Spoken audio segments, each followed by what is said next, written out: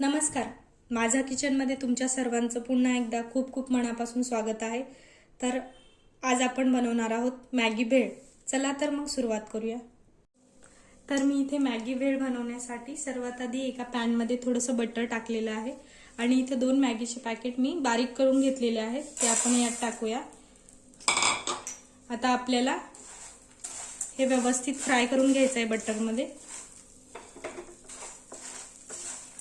Maggi आपली कुरकुरीत होईपर्यंत आपण यामध्ये छान फ्राय करून घेऊया. साधारण 5 ते 7 मिनिट लागतात त्यासाठी.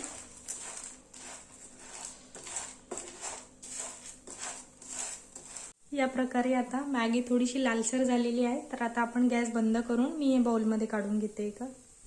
तर मी यामध्ये मॅगी टाकून घेतली आणि त्यामध्ये मी साधारण एक कट केलेला कांदा, त्यानंतर टोमॅटो, चाट मसाला, आमचूर पावडर, काळं मीठ आणि 2 मॅगी मसाल्याचे पॅकेट ॲड केलेले आहेत आणि वरतून थोडीशी कोथिंबीर सुद्धा टाकलेली आहे. तर तुम्ही बघू शकता आपली मॅगी भेळ तयार झालेली आहे. तुम्ही सुद्धा ही रेसिपी सोप्यात सोपी इव्हनिंग स्नॅक्ससाठी नक्की ट्राय करा आणि मला कमेंट बॉक्समध्ये नक्की कळवा की माझी रेसिपी तुम्हाला कशी वाटली. त्याचबरोबर माझ्या व्हिडिओला लाईक आणि शेअर करा आणि माझ्या चॅनलला सबस्क्राईब करा. धन्यवाद.